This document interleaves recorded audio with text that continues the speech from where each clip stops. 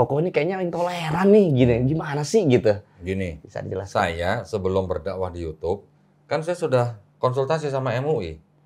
Oke. Orang MUI bilang, jangan sekali-kali menafsirkan kitab suci orang. Karena mau diakui tidak diakui, masih nyata dan masih banyak terjadi upaya-upaya pemurtadan di lapangan. Ya, mohon maaf, kegiatan saya ini untuk melindungi umat Islam. Tapi kan gini kok. Tadi kan kalau misalnya bicara soal ada yang viral tadi kan, masalah ada kristenisasi, kan ada islamisasi juga. Baru ngasih bantuan dikit dianggap sesuatu punya misi tersendiri misalnya. Kan sebenarnya kan ini kan sosial. Justru kita sudah beberapa kali mengadakan debat face to face dengan para pendeta. Mau dia ngomong sampai teriak-teriak, uratnya putus. Iya. Habis debat kita bisa ngopi bareng, makan bareng. Selamat datang di Rukun Podcast. Assalamualaikum Ko Doni. Waalaikumsalam warahmatullahi Masya Allah. wabarakatuh. Kemana aja lu? Beda ya kalau sudah viral, sudah terkenal, sibuk banget Ko Doni sekarang nih. Viral dari Hong Kong. Perasaan kalau Ko Doni dulu kan hampir 8 video sama kita gitu. Sekarang susah banget kayaknya buat Ya, podcast lu yang nggak datang-datang. Tapi dengan suasana baru ya, TV baru, Iya. ada banyak banget nih barang-barang baru. Logo baru. Ini baru kali nih nongol di TV ini nih. Tapi gimana kok? Semenjak mulai banyak dikenal orang gitu kan, mulai subscribernya 3-4 kali lipat dari Rukun. Luar biasa, Masya Allah loh. DL dong. Apa tuh? Dari Talo. Tapi kan maksudnya cakupan dakwanya kan luas kok. Ya, alhamdulillah. 600.000 subscriber ya? Alhamdulillah. AdSense-nya boleh di-spill nggak? Ada pertanyaan lain? Masya Allah. Gimana kok? Ya, alhamdulillah. Kalau dakwah kita mulai diterima di masyarakat, alhamdulillah. Berarti kan apa yang kita sampaikan bisa diterima, itu aja ya. Kalau diterima berarti kan orang nungguin, itu aja. Emang di awal kan kita sempat ngobrol waktu awal-awal podcast ya. Kajian Ko Doni kan luar biasa cukup mendalam ya.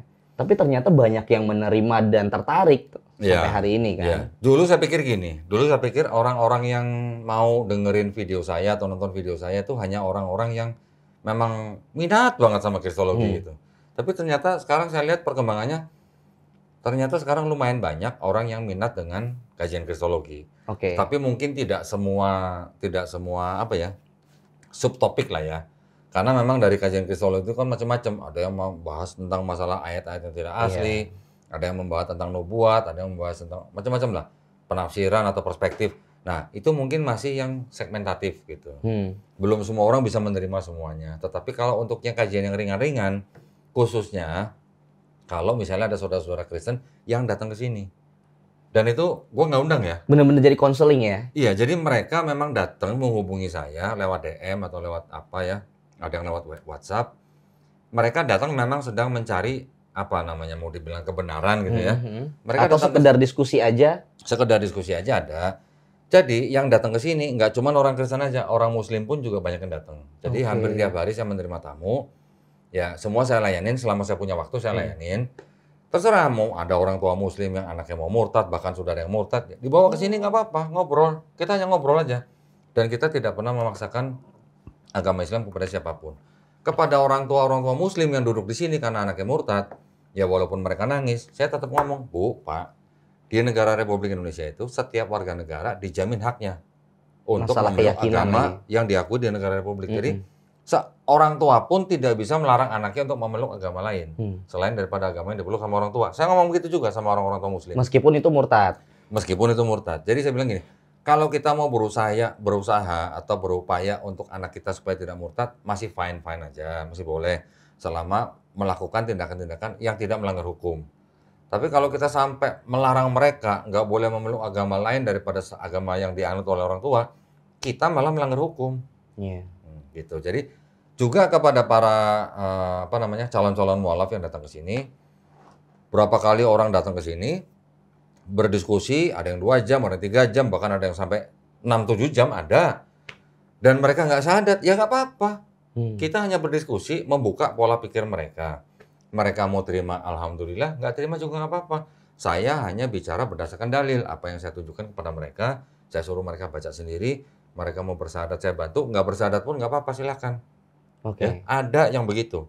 Bahkan ada yang datang hari ini sudah ngobrol 2-3 jam, pulang, besokannya ngubungin lagi, datang syahadat ada. Oke. Ada yang datang setelah 2 bulan kemudian baru datang lagi syahadat ada. Karena hidayah itu kan juga nggak bisa langsung ketemu kan. Kan bukan urusan Menjemput kita. hidayah. Iya. Jadi bukan urusan kita kan. Jadi setiap tamu yang datang ya saya tetap layani dengan baik, gitu aja. Masya Allah luar biasa sih. Tapi gini kok, ini kan Rukun Indonesia nih. Mungkin sahabat Rukun juga kan sangat tahu kok bahwasanya channel kita itu merupakan channel yang pinginnya tuh rukun nih. Ya kita semua juga maunya rukun. Iya, kemarin kita juga sempat ngundang salah satu pendeta pertama nih di Rukun Podcast nih. Karena memang narasinya beliau itu cukup baik masalah toleransi. Sekalian mempertanyakan Ko Dondi nih. Ko Dondi kan sebagai orang yang dakwahnya itu aktif untuk kritik teks kristologi. Sebenarnya batas toleransi sampai mana sih Ko gitu kan. Nanti Koko ini kayaknya intoleran nih gini. Gimana sih gitu? Gini, Bisa dijelaskan? saya sebelum berdakwah di YouTube kan saya sudah konsultasi sama MUI. Oke. Orang MUI bilang jangan sekali-kali menafsirkan kitab suci orang. Nah, itu batasan saya ya dari sisi istilahnya kerukunan umat beragama. Kita tidak boleh menafsirkan kitab suci orang. Yang saya lakukan adalah saya hanya membacakan apa yang ada di dalam dokumen mereka. Tetapi tujuan saya membacakan yang tertulis di dalam dokumen mereka adalah supaya apa? Pertama, supaya orang-orang muslim yang nonton video saya tahu kekristenan itu bagaimana. Oke, pertama itu. Jadi supaya akidah mereka terbentengi. Dari apa? Dari upaya-upaya pemurtatan.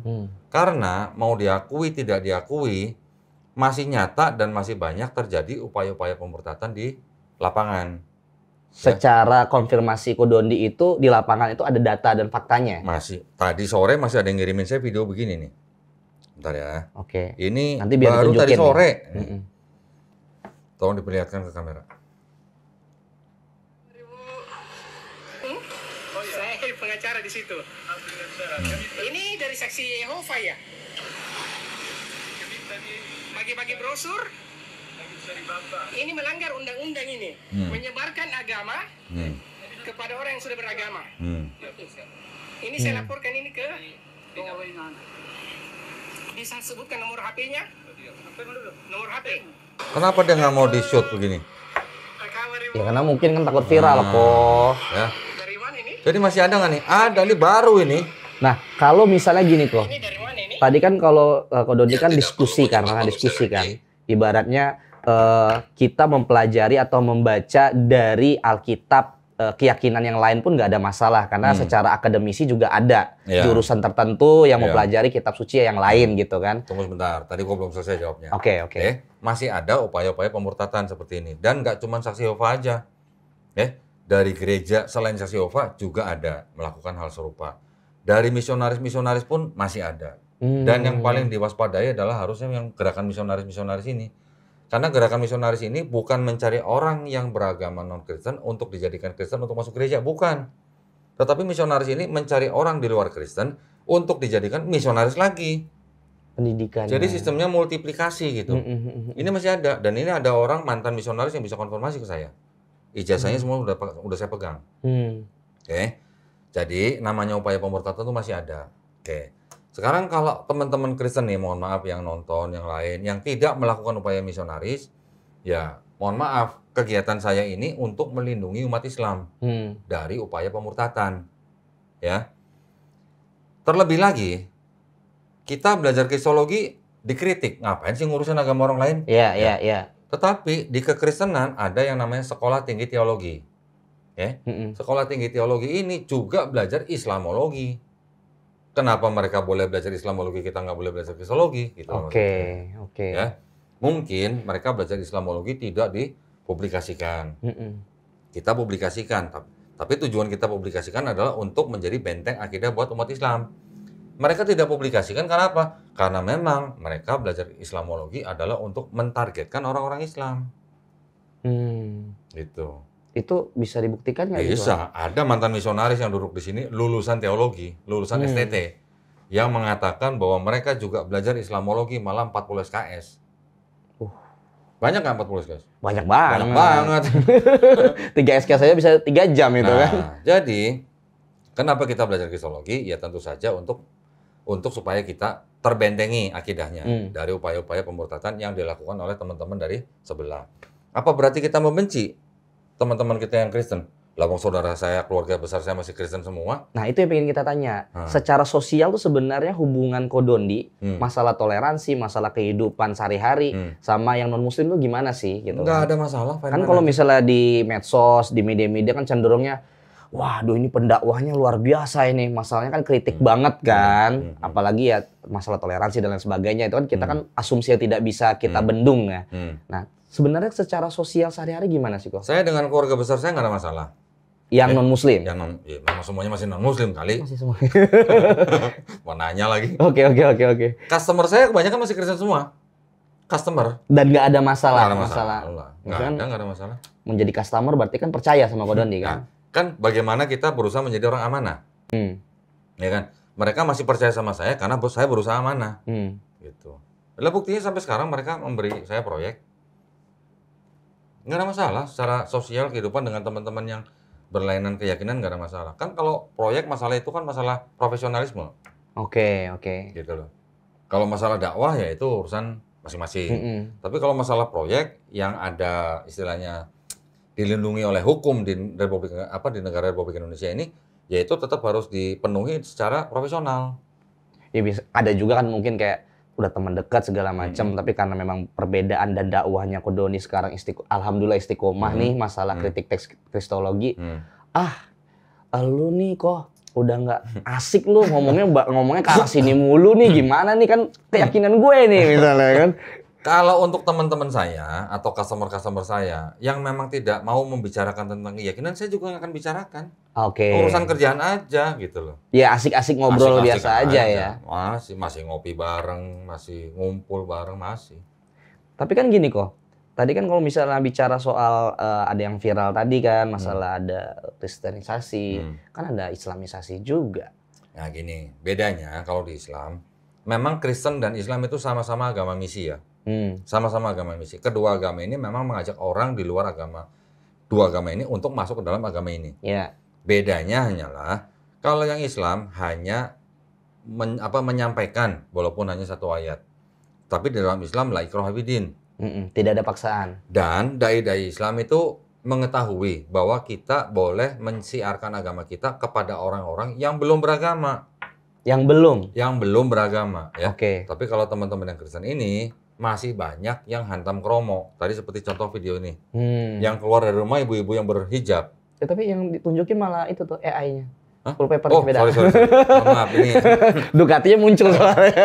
Ya, tadi kita lihat videonya. Yang keluar dari rumah itu orang yang berhijab. Kalau dua orang yang mendatangi rumah itu tahu aturan, harusnya begitu yang keluar berhijab udah dong. Nggak boleh. Ini artinya melanggar aturan. Gitu. Oke. Aturannya apa? Aturannya dasar aturan untuk pensiaran agama apa? Tidak boleh orang yang sudah beragama untuk diajak masuk agama yang lain gitu. Nama aturannya adalah keputusan bersama, Kepber namanya. Keputusan bersama Menteri Agama dan Menteri Dalam Negeri nomor 1 tahun 1979. Di bab 3 pasal 4 kalau nggak salah mengatur tentang pensiaran agama. Yang paling penting adalah dilarang mensiarkan agama kepada orang yang sudah beragama. Oke. Ya, itu jelas dong. Itu harus jelas kan. Terus ada lagi aturan-aturan dilarang mensiarkan agama melalui modus-modus ceritanya misalnya memberikan atau membagikan brosur-brosur, bantuan-bantuan, ya atau sembako atau apapun lah yang sifatnya apa ya?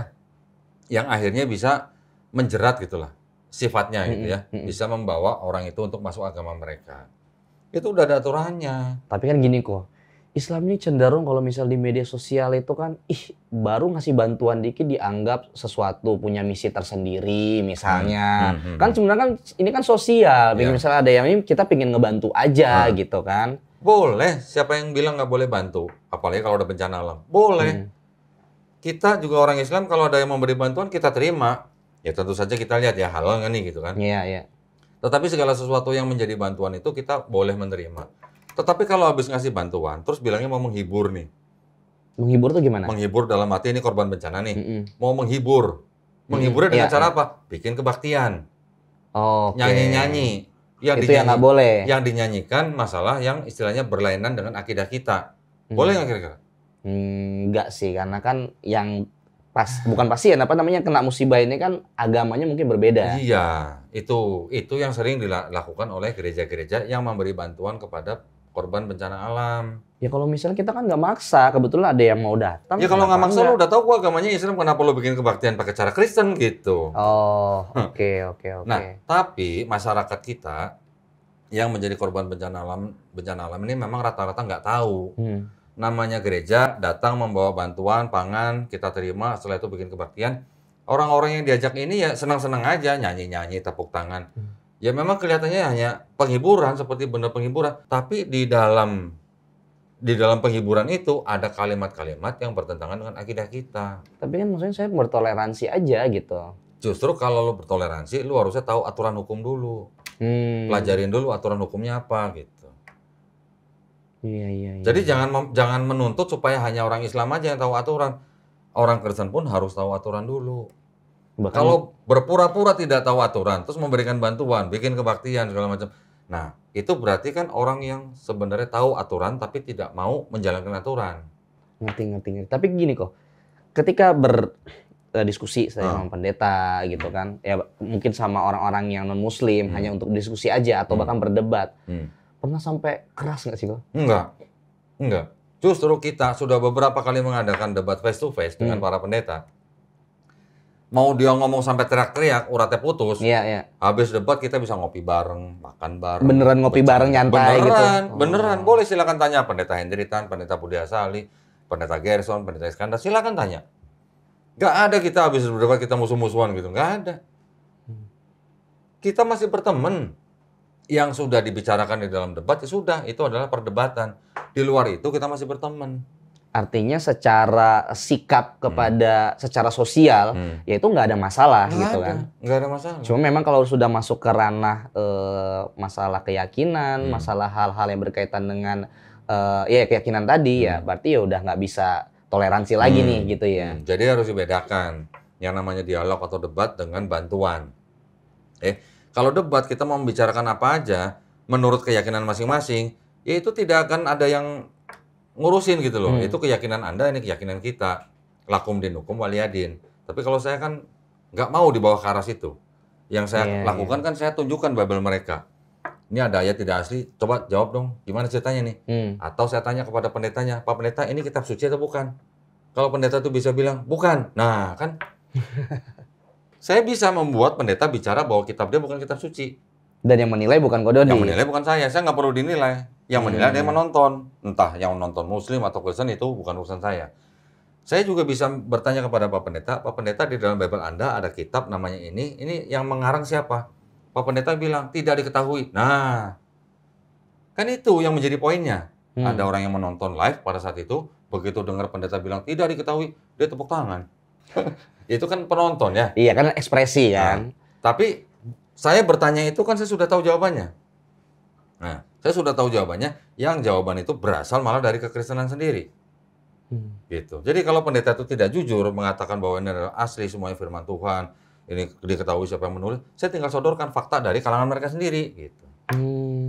Masalahnya pendeta-pendeta itu sekarang susah kalau saya ajak debat, pada nggak mau. Gitu. Ya buktinya kemarin kan udah mulai mau ada yang debat-debat online. Ya baru kemarin. Gitu. Yang lain belum ada yang mau lagi gitu yang lain. Kalau dari rukun ada, berarti bisa kita pertemukan. Boleh. Maksudnya lebih ke arah debat gitu. Boleh. Sangat senang sekali malah saya. Sehingga kita sih pinginnya sahabat rukun dan penonton semua itu pingin berdiskusi, berdebat itu nggak keras-keras gitu loh kok. Jadi biar ada terstruktur gitu loh. Iya. Justru kalau saya nggak bisa debat 2 kali dalam setahun, malah saya nanti dianggap gagal. Tapi kan pengennya offline kalau kemarin. Memang harus offline, jangan online. Kalau online kita debatnya gimana? Mau membuktikan sesuatu, nunjukin di kamera begini. Iya. Kalau internetnya lancar, kalau nggak, belum lagi. Kalau kepotong juga ya. Belum lagi lawan bicara kita nanti nggak mau on kamera. Masa kita debat sama foto gitu. Nah, beda lah kalau offline beda. Tapi kalau ngelihat dari aktivitas Kodoni sendiri, dakwahnya ya, kan udah masuk di podcast-podcast besar nih, gitu kan. Dan memang hostnya juga kan kadang non-muslim juga, dan itu fine-fine aja ya, nggak ada masalah ya. Nggak ada masalah. Kemarin dengan Densu nggak ada masalah. Dengan Richard Lee juga nggak ada masalah. Masalahnya di mana? Orang kita kan hanya menyampaikan apa yang menjadi keyakinan kita.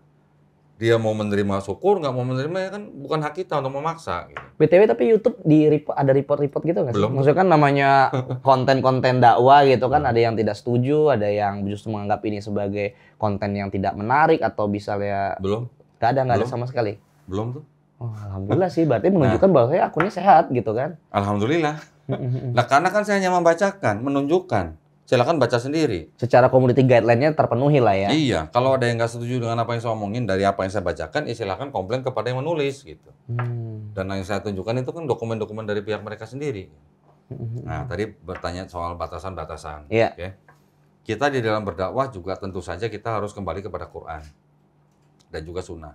Di dalam Quran kita juga diperintahkan untuk apa? Untuk tidak mencaci maki sesembahan orang lain. Oh iya, itu jelas. Ya kan? Kenapa? Karena kalau kita mencaci maki sesembahan orang lain, nanti orang itu akan mencaci Allah Subhanahu wa taala tanpa pengetahuan. Oke.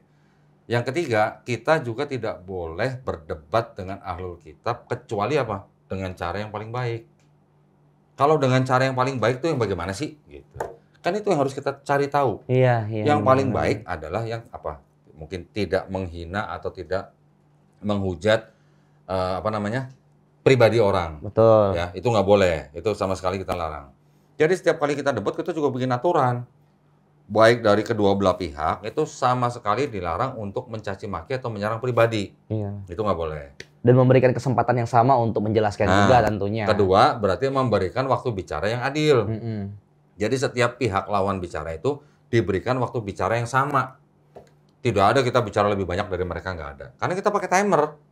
Gitu. Jadi setiap orang yang menonton bisa tahu, oh ini pembicaraan adil atau enggak. Gitu. Saya bicara 60 menit, mereka juga dikasih waktu bicara 60 menit. Masih kurang, boleh tambah. Mau tambah 15 menit, saya juga 15 menit. Masih kurang lagi, boleh tambah. Sampai subuh juga nggak apa-apa. Gitu. Kayak sekarang udah jam berapa ini? Sahur ya. BTW nih kok. Di medsos tapi ya, kan semenjak orang-orang ini kan alhamdulillah belajarnya itu bukan hanya yang muslim, non-muslim juga akhirnya tertarik tentang mengkaji Alkitab ataupun kitab suci masing-masing gitu kan. Nah, tapi kan cukup panas akhirnya berdebat, tahu sendiri aku di medsos kan, ibaratnya komen segala macam belum dijelasin sudah komen lagi. Itu cara biar kita nih sahabat rukun dan misalnya subscribernya Kodondi nih agar tetap sehat dalam belajar dan terstruktur lah ibaratnya untuk mengetahui masalah kritik teks kristologinya. Kalau saya menanggapi orang-orang yang komen di channel saya, ya misalnya yang nyinyir, ngapain sih ngurusin agama orang lain? Ya tadi udah saya ceritakan ya, bahwa praktek-praktek pemurtatan itu masih ada dan masih banyak. Kemudian untuk yang komen-komen yang seolah-olah seperti orang apa ya, kebanyakan curhat sih. Jadi saya cuma balas gini, lagi curhat ya gitu. Tanggapi dengan santai aja ya. Santai. Nanti kalau curhatnya kelihatannya agak berlebihan, saya cuma jawabnya, ini curhat apa kesurupan? Saya bilang gitu. Ya, paling gitu-gitu aja lah. Saya nggak mau jawab komen sampai sedetail-detailnya gitu. Dulu mungkin iya. Ya. Dulu kan udah panjang banget tuh. Sekarang udah nggak sempet. Apalagi mau mampir komen di rukun sih. Sekarang udah nggak sempet gitu jawab semua komen. Alhamdulillah kalau saya masih ada waktu, saya sediakan waktu ya paling tidak untuk kasih love lah gitu. Kasih heart lah sama like. Atau bisa juga dijelaskan sekaligus saat konten gitu kan. Setelah langsung kan sudah bisa menjawab itu. Ya rata-rata yang dikomplain atau yang ditanya di dalam komen tuh rata-rata sudah pernah saya bahas semua gitu. Macam-macam lah kita juga dulu pernah bahas. Kalau niatnya sudah lillahi ta'ala, apapun yang kita hadapin ya kita hadapin dengan santai aja. Gitu. Begitu pula orang-orang yang nonton dan pengen belajar, jangan panas gitu ya. Karena kan kita juga tidak menerima kritik dari yang luar Islam. Kita tidak menolak loh. Kita tidak menolak kritik dari luar Islam terhadap agama kita. Kita tidak menolak. Silakan kritik secara bermartabat. Silakan kritik Quran kita secara elegan. Sama seperti saya melakukan dari dokumen mereka sendiri gitu. Saya tidak menambah-nambahkan. Jangan seperti ada salah satu pendeta waktu itu yang akhirnya masuk penjara, sampai sekarang masih dalam penjara. Karena? Dia melakukan upaya apologetika, artinya membela keyakinan dia. Ketika dia melakukan upaya tersebut, dia membacakan sebuah tafsir. Oke. Tafsir Al-Qurtubi kalau nggak salah, ya, mengenai pernikahan Nabi dengan Zainab. Ketika dia membacakan tafsir itu, dia menambah-nambahkan dengan kalimat bahasa dia sendiri. Ya. Contoh misalnya di sini ada kalimat apa, dia tambahkan dengan kalimat dia sendiri. Nah, kata-katanya itu tidak pantas dan sangat-sangat kotor bahasanya. hal seperti itu yang kita hindari, kita nggak mau yang begitu gitu loh. Tapi bisa saja kan misalnya orang-orang yang pendakwah gitu kan mencoba untuk membaca salah pengertiannya di Alkitabnya yang lain gitu misalnya. Kita tanggapi kan, kita udah sering bikin juga kan, misalnya menjawab apa tuduhan-tuduhan terhadap Quran, gitu. Kita udah sering lakukan. Yang mana silakan sebutin aja. Mau Ali Imran 45, mau Maryam 28, Maryam 33, Maryam 71, mau Al-Zuhruf 61 atau 63, silakan sebutkan aja. Kita berikan jawabannya. Nah, sebenarnya gampang menjawabnya. Tinggal kita baca tafsir aja gitu. Susah amat gitu kan. Biasanya dari tafsir sudah menjawab apa yang dipermasalahkan. Kalau dibaca juga dengan lengkap. Biasanya kan satu ayat ke ayat setelahnya kan nggak dibaca. Ya, jadi cara kita memahami sebuah ayat itu kan tidak hanya membaca tafsir, tapi kita juga harus tahu konteks ayat itu. Ya. Konteks ayat itu bisa diperoleh dari ayat itu sendiri atau dari beberapa ayat sebelumnya atau beberapa ayat sesudahnya. Tentang peristiwa apa juga ini gitu kan. Udah gitu kita juga harus mempelajari asbabun nuzulnya. Iya.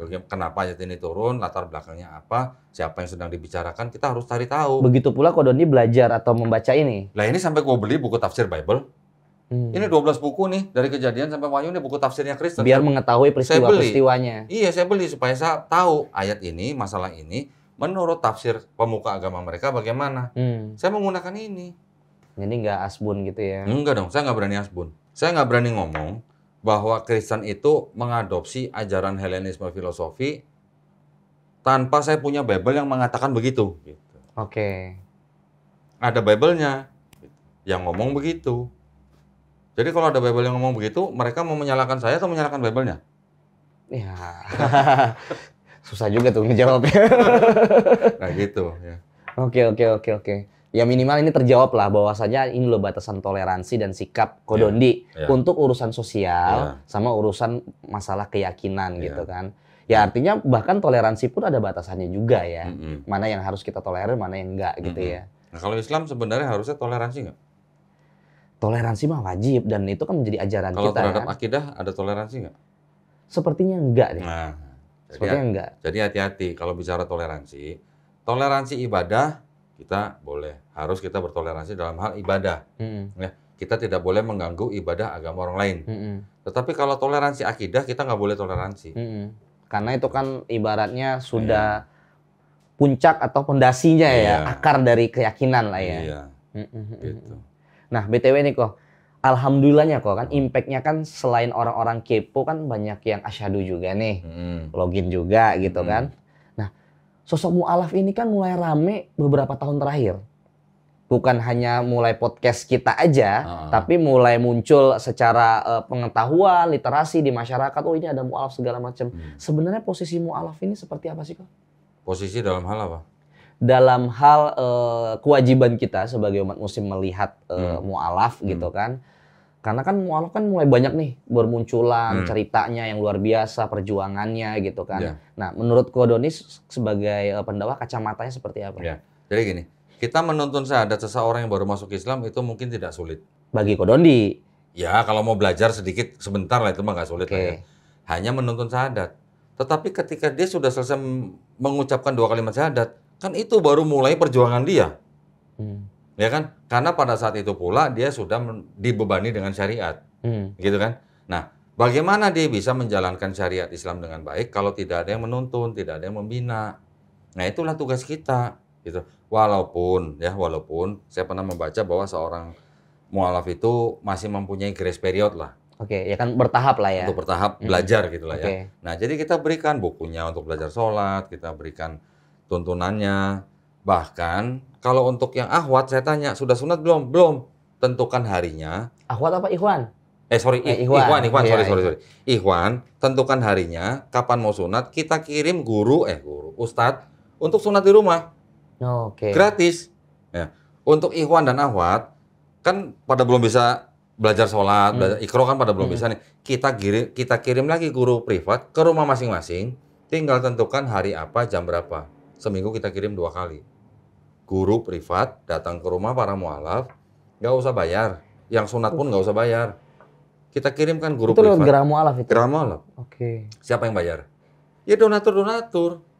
yang mentransfer uang ke running text kita. Wah, running text-nya Rukun. Running text-nya Geraha Mualaf. Oh, Geraha Mualaf. Mereka yang mengirimkan kepada kita, ya salah satunya dana itu kita pakai untuk membina para mualaf. Ya, jadi untuk yang ikhwan kita kirimkan ustadz untuk sunat di rumah secara gratis. Sekarang sunat kan mahal. Mahal. Hampir 3 juta, 4 juta gitu ya. Apalagi kan kalau misalnya yang sudah dewasa kan kok, Apalagi ya dewasa. kan? Ya. Datang ke rumah itu kan privasinya Ya, terjaga ya. gitu kan. Nanti ada lagi untuk semuanya, yang ikhwan dan akhwat, yang mau belajar fikih, belajar akidah, belajar iqra, itu kita juga kirim guru privat ke rumah. Ya kalau misal mualafnya banyak, nggak kerepotan tuh. Ya sudah, mau nggak mau resiko kita. Hmm. Kita perjuangkan. Berarti ibaratnya Tapi kan semua ada ini ya, ada cycle-nya lah gitu. Satu orang nih kita beri guru gratis selama berapa lama. Iya. Nah, itu kita atur. Kalau sudah waktunya dia sudah mempelajari, mendapatkan pelajaran apa yang kita berikan lewat guru privat, ya sudah, setelah ini belajar sendiri ya. Tapi kan sudah punya dasar. Gitu. Iya, minimal tuh udah ada fondasinya. Ya. Nah, ini jatahnya buat yang mualaf-mualaf yang baru ya. Gitu. Jadi nggak selamanya 2 tahun belajar iqra. Ya sebelum bisa baca Quran ya Iqra aja diajarin dulu, setelah itu Quran bisa di masjid, ada ustadznya juga gitu ya. Ya itu bentuk tanggung jawab kita membina para mualaf. Ya.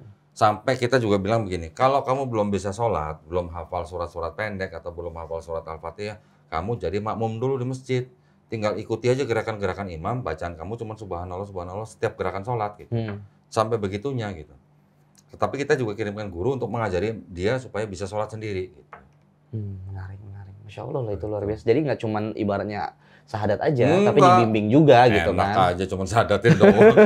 Sahadatin doang terima donasi enak aja. Iya makanya kan ini kan buat mengklarifikasi buat sahabat rukun juga loh iya, gitu. Iya. Harus sampai justru lebih berat membina mualaf daripada mensahadatkan orang. Iya. Karena kan nggak semua bisa belajar dan langsung masuk ilmunya kan. Iya. Semua ada tahapan dan itu proses masing-masing. Iya. Nah, dan setiap orang yang datang ke sini mau belajar Bible mereka sendiri, tidak bersahadat pun tidak ada masalah. Saya nggak pungut bayaran sepeser pun. Jadi ada orang datang non Muslim, pingin baca-baca aja nggak masalah. Diskusi, Saya nggak harus login kan, gitu kan? Saya nggak pungut bayaran sepeser pun, bahkan saya kasih makan, saya kasih minum. Ya kita kan punya adab. Iya. Adab menerima tamu. Memuliakan tamu. Kecuali kalau yang channel lain datang sini nggak bawa makanan, ya itu kebangetan. Aus nih kayaknya. Minum. Ada minum ya. Dikasih kok ada minum ya. Iya. Minum. Ya, aman kok. Kenapa ketampol banget ya? Tapi ini kok, podcast kita ini cukup paling ringan kok. Dibandingin podcast kita sebelumnya. Kan pembahasannya kan udah mendalam. Apalagi yang ada pelangi-pelanginya waktu itu. Kegoreng kita dikomplain kok gitu kan. Ini gimana sih podcast Salah kok bisa... sendiri lu pajang Bible pelangi. Tapi kan menarik kan kok ya. Ya itu kan hanya wacana. Istilahnya apa ya? Wawasan lah ya. Wawasan buat kita semua. Dan itu memang ada gitu kan. Dan itu memang ada. Gitu. Tapi gini kok, next step-nya apa kok? Ko Doni kan alhamdulillah dakwanya sudah cukup lebih luas lah ya. Dan penerimaannya dibandingin dulu yang pengen mengkaji lebih dalam aja gitu dan spesifik banget. Sekarang secara umum anak muda juga kan di medsos pengen banyak belajar. Next step Ko Doni apa nih? Next step saya pengen punya sekolah. Sekolah khusus? Sekolah khusus yang mempelajari kristologi. Oke. Nanti kalau saya udah mati, siapa yang ngurusin? Nah itu yang harus ada regenerasi. Oke, sekarang saya mengajar di STID Muhammad Nasir, Bekasi. Tapi cuman berapa mahasiswa? Paling cuman belasan. Nah, cukup nggak gitu regenerasi? Gitu. Kita sekarang masih punya beberapa ustadz yang memang berdakwah di bidang perbandingan agama. Oke, setelah mereka nggak ada, siapa penerusnya? Oke, legasinya ya. Legasinya. Ilmunya itu harus terus. Ya sama seperti ini kan, ini juga saya beli dengan apa? Dengan tujuan untuk berdakwah. Saya menggunakan alat ini untuk berdakwah. Nah sekarang kalau saya sudah nggak ada, siapa mau mewarisi gitu? Iya. Kalau yang mewarisi hanya nyimpen, dimasukin kotak, nggak dipakai kan percuma gitu loh. Amal jariahnya nggak jalan. Padahal ini adalah alat yang paling efektif untuk berdakwah tentang perbandingan agama itu. Jadi saya pengen punya sekolah yang mengajarkan kristologi, supaya ada penerus-penerus yang mempelajari tentang kristologi ini. Gitu. Tapi so far selama mengajar di salah satu kampus tadi, walaupun mahasiswa nggak terlalu banyak, itu kurikulumnya atau misalnya untuk mengajarkannya kan cukup dalam ya kok ya. Dan Ko Doni kan belajar bisa tahun gitu kan. Itu gimana kok? Gini, jadi kalau misalnya semester baru, saya datanglah ke kampus, perkenalan lah, saya menggambarkan istilahnya sejarah secara singkat lah gitu ya. Tapi ketika pertemuan kedua dan seterusnya, karena saya repot kalau bawa kitab-kitab saya, jadi mereka mahasiswa yang datang ke sini. Saya minta mereka yang datang. Mereka bisa langsung buka, bisa langsung baca di sini. Nah, setiap mereka datang ke sini, saya rekam. Sekalian saya jadiin konten. Iya, biarkan yang nonton banyak kan. Nah, jadi yang nonton sebenarnya kuliah gratis. Benar sih. Nah, itu kan menjadi legacy juga. Video itu akan tetap ada, mau berapa tahun pun, selama channelnya nggak di-ban, orang masih bisa nonton. Ya harus buat buku, makanya kok. Insya Allah. Kalau udah ada buku, kurikulumnya mungkin kan di digital ada, yang mau lebih komprehensif lewat buku juga ada. Gitu. Oke, insya Allah. Memang menulis sebuah buku adalah juga bisa menjadi sebuah warisan. Sangat baik. Tetapi juga kita harus ingat bahwa masyarakat Indonesia ini minat bacanya masih Kecil. rendah lah ya. Oke. Tapi ya nggak masalah bikin buku. Insya Allah nanti saya buat. Kan saya sebenarnya udah punya soft copy-nya tinggal cetak. Masalahnya penerbit belum ada yang berani nih. Gitu. Ketebelan kok. Kan udah dikirim PDF itu bukan masalah nggak beraninya. Ini tebel banget 500 halaman ini udah kayak munjit sendiri tuh. Tapi gini, alhamdulillah dari pihak PP Muhammadiyah menghubungi saya. Beneran udah? Beneran. Ketua Umum PP Muhammadiyah Buya Anwar, Masya Allah menghubungi saya. Dari mana? Ternyata dari TikTok. Wow, efektif loh sahabat Rukun TikTok ya. Ini seorang ketua PP Muhammadiyah loh, ya, menonton TikTok saya, mengundang saya makan siang. Oke, bertemu dengan jajaran beliau. Akhirnya beliau menugaskan salah satu stafnya untuk apa? Untuk menjadikan setiap video saya yang di channel saya itu dijadikan buku, menjadi e-book. Oh, bagus. Tapi setiap podcast atau setiap tayangan? Iya, setiap tayangan dijadikan e-book. Gitu. Bahkan katanya nanti mau di-print, ditaruh di Muhammadiyah. Kayaknya videonya ada 1000 ya, berarti 1000 Ya saya kasihan berarti staffnya itu. Ya harus nonton 4 jam masalahnya. Kalau sahabat Rukun kan nonton 30 menit, tapi udah ada software-nya, udah ada software-nya. Oke. Udah ada software yang bisa mentranskrip. Nah, tapi kan harus difilter, dibacain agar rapih juga kan? Iya, tetap harus dirapikan. Iya, kalau satu video 4 jam. Itu namanya DL itu. Jadi talu katanya. Ya kan alhamdulillah, berarti ada pihak yang peduli dengan dakwah kita. Benar. Ya, kalau memang mau dijadikan buku ya alhamdulillah. Jadi kita bisa memberikan warisan kepada anak cucu kita, generasi kita di bawahnya, ya mereka bisa mempelajari kristologi gitulah. Memang setiap apologet ini kan orangnya. Orang yang membela keyakinannya. Kita sebagai muslim apologet memang masing-masing kita punya warna gitu. Ya nggak masalah, mau warna apapun nggak masalah, yang penting kita sama-sama membela agama Allah. Kan itu yang sebenarnya yang kita tujukan kan. Kita sedang berjihad untuk mendekatkan diri kepada Allah Subhanahu wa taala dengan cara apologetika. Ya sudah, punya warna masing-masing, silakan masing-masing membuat warisan masing-masing untuk bisa diteruskan kepada generasi mendatang. Salah satunya Rukun. Ya Rukun nggak mau belajar lah.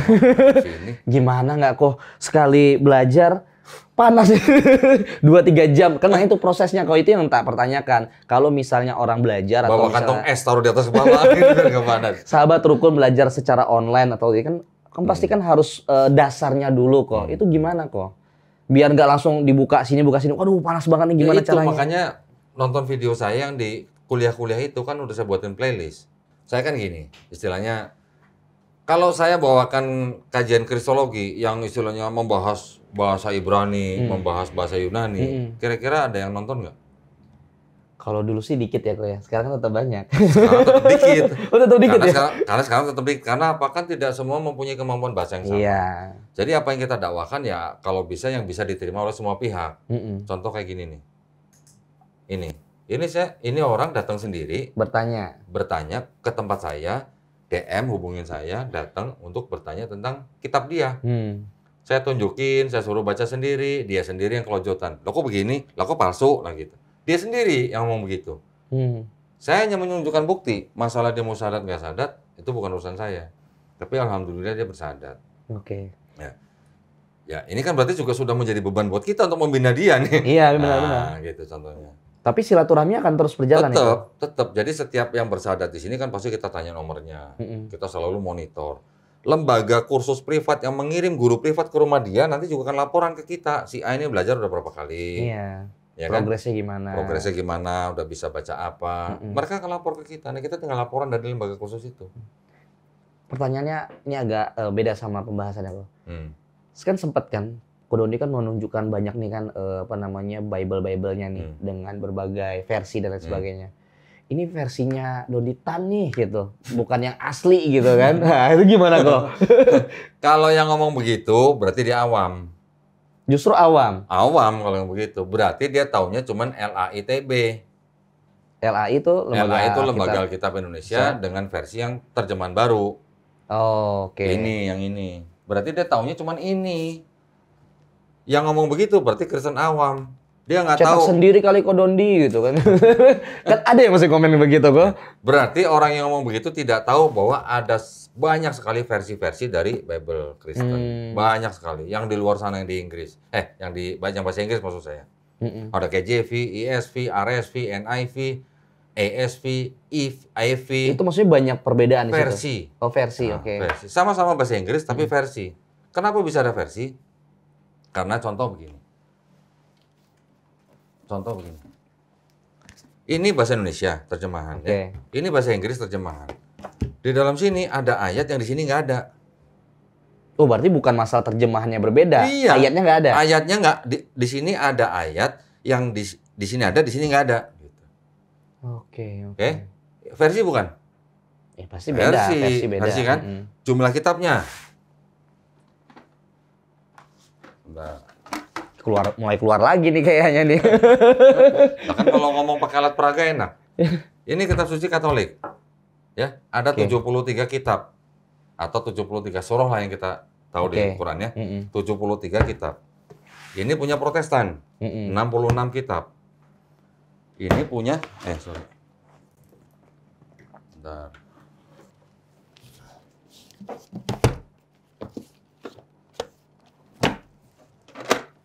Ini punya Ortodok, 78 kitab.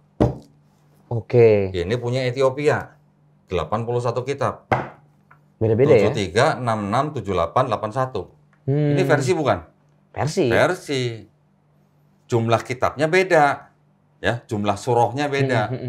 Apalagi jumlah ayatnya gitu, jumlah surahnya aja beda. Gitu. Berarti bagi yang mengklaim seperti ini, misalnya Kodondi buat sendiri atau palsu, silakan baca dari versi-versi yang lain gitu ya. Tinggal cari sendiri, cari di toko buku yang terkenal, Amazon.com ada nih semuanya. Kecuali yang ini, kalau ini susah nih. Kenapa? Ini berarti khusus. Tidak tersebar untuk umum. Tulisannya tidak untuk diperdagangkan tuh. Ya, jadi kalau yang bilang itu kitab palsu, kitab buatan saya, ya berarti awam gitu. Oh, jadi santai aja Kodondi yang menanggapi ya. Aja.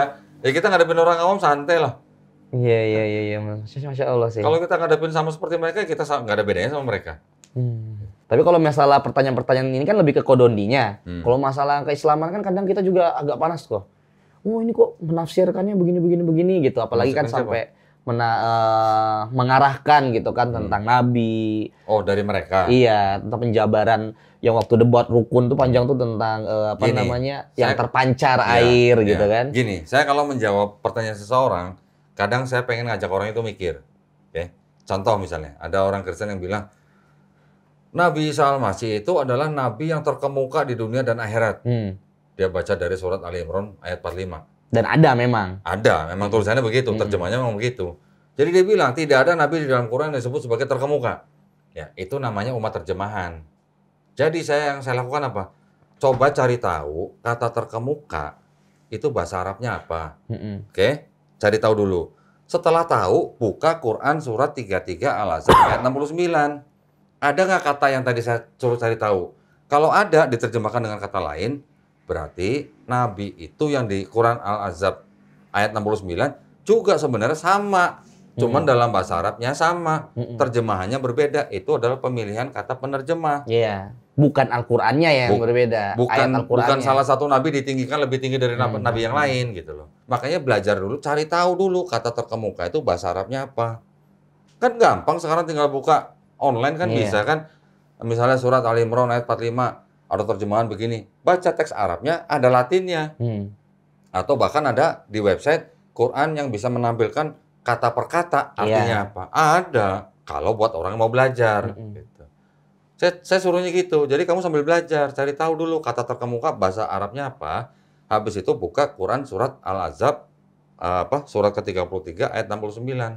Ada nggak nabi lain selain Nabi Isa yang disebut dengan kata yang sama dengan yang di Ali Imran 45.